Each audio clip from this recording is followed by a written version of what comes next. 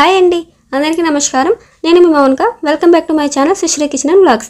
ఈరోజు మనం తామర గింజలు అదేనండి ఫూల్ మకానా కర్రీ ఎలా వండాలి ఏంటి, మనం ఎక్కడికైనా ఫంక్షన్స్కి వెళ్తే పెళ్ళిళ్ళలో వేసే ఫస్ట్ కర్రీ ఇదే కదండి. దీన్ని బిర్యానీలోకి, రోటీల్లోకి, చపాతీల్లోకి, అన్నంలోకి చాలా బాగుంటుంది. అలాగే దీంట్లో బ్లడ్ ప్రెషర్ తగ్గే గుణం ఉంది, బీపీని కంట్రోల్ చేస్తుంది. అందుకని చెప్పి ఇది సర్వరోగ నివారణ అంటారు. 100 రోగాలు పైగా నివారించే దివ్య ఔషధం. దీన్ని ఎలా వండాలి ఏంటి అనేది మన ఇంట్లోనే మనం చాలా చక్కగా వండేసుకోవచ్చు. ఒకసారి చూసేయండి, చూసి మీరు ఫాలో అయిపోయి ఒకసారి కర్రీ వండేసుకోండి. దీనికి కావాల్సిన ఉల్లిపాయను సన్నగా పొడవుగా కట్ చేసుకోండి. అలాగే ఒక 2-3 పచ్చిమిర్చి, 2-3 యాలక్కాయలు వేసుకోండి. మిక్సీ జార్లోకి టర్నప్ చేసేసుకోండి ఇవన్నీ. అలాగే 4 లవంగాలు వేసుకోండి. అలాగే 2 ఇంచులు దాల్చిన చెక్క. ముందుగా మనం కట్ చేసుకున్నది ఒక 2 టమాటాలను కూడా పొడవుగా కట్ చేసుకొని వేసుకోండి. గ్రేవీని బట్టి వేసుకోండి. 3 టమాటాలు, పెద్దవి అయితే కనుక 2 సరిపోతాయి. దీంట్లోకి 1 స్పూన్ నువ్వులు ఉంటాయి, నువ్వులు వేసుకోండి, లేదు అంటే నువ్వుల పొడి వేసుకోండి. దీంట్లోకి కొంచెం ఉప్పు వేసేసుకొని ఇదంతా కూడా ఫైన్గా పేస్ట్ చేసేసుకోండి. ఈ ఫైన్గా పేస్ట్ చేసేసుకొని దీన్ని పక్కన పెట్టేసుకోండి.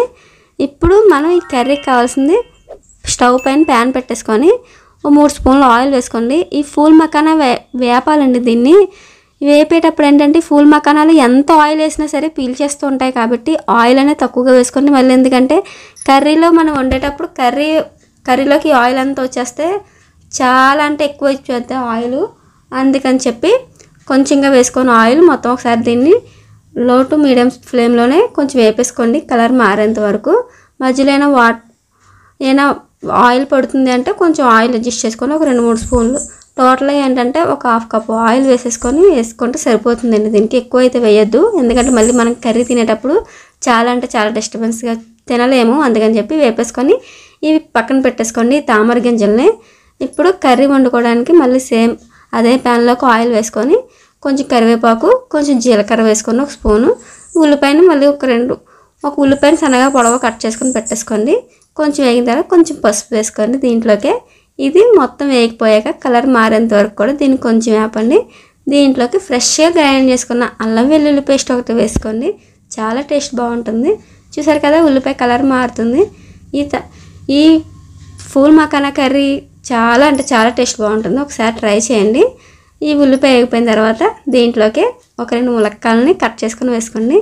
మన ఇష్టం, ములక్కాయలు ఎన్నైనా వేసుకోవచ్చు. జనాలు ఎక్కువగా ఉంటే ములక్కాయలు ఎక్కువ తింటారనుకుంటే ఎక్కువ వేసుకోవచ్చు, లేదు అనుకుంటే వేసుకోవచ్చు. అలాగే 1 స్పూన్ ధనియాల పొడి, ఒక 1/2 స్పూన్ జీలకర్ర పొడి, 1 స్పూను గరం మసాలా, 3 వేసేసుకొని ఒకసారి మొత్తం మళ్ళీ మిక్స్ చేసేసుకోండి. అది మొత్తం ఈ మసాలాలన్నీ వేసేసుకొని ఒకసారి వేగనివ్వాలి. అది కొంచెం వేగిన తర్వాత ముందుగా మనం మసాలా ఆడేసుకున్నాం కదండి ఉల్లిపాయ పేస్ట్, ఆ ఉల్లిపాయ టమాటా పేస్ట్ కూడా దీంట్లోకి యాడ్ చేసేసుకొని ఒకసారి మళ్ళీ మిక్స్ చేసేసుకోండి. ఇది పైకి ఆయిల్ సపరేట్ అయ్యేంత వరకు కూడా వేపాలి. ఇదంతా కూడా వేగిపోయాక చూసారు కదా మొత్తం కలర్ మారుతూ ఉంటుంది. అలాగే దీంట్లోకి 1/2 స్పూన్ కారం, ఉప్పు అనేది మీ ఇష్టం అండి. మీరు తినే కారాన్ని బట్టి మీరు అడ్జస్ట్ చేసుకోండి. నాకైతే 1 స్పూన్ సరిపోతుంది కాబట్టి నేను 1 స్పూన్ వేసుకున్నాను.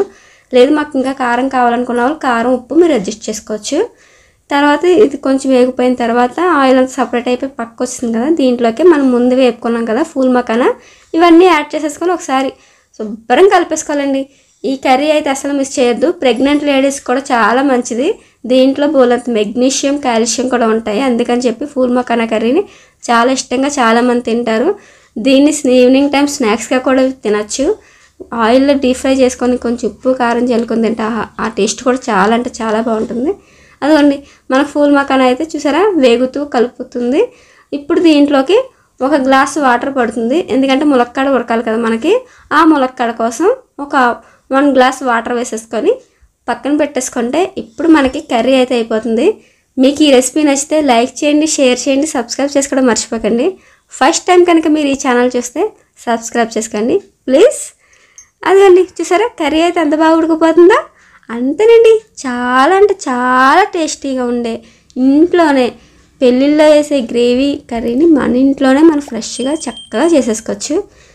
నచ్చిందా? ఒకసారి ట్రై చేసి మీకు ఎలా వచ్చింది ఏంటో నాకు కామెంట్ చేయండి. చూసారా మొత్తం మనకు ఆయిల్ అంతా సపరేట్ అయిపోయేంత వరకు కూడా ఉడికేసుకుంటే మనకి కర్రీ అయితే చాలా టేస్టీగా సింపుల్గా అయిపోతుంది. Thank you for watching.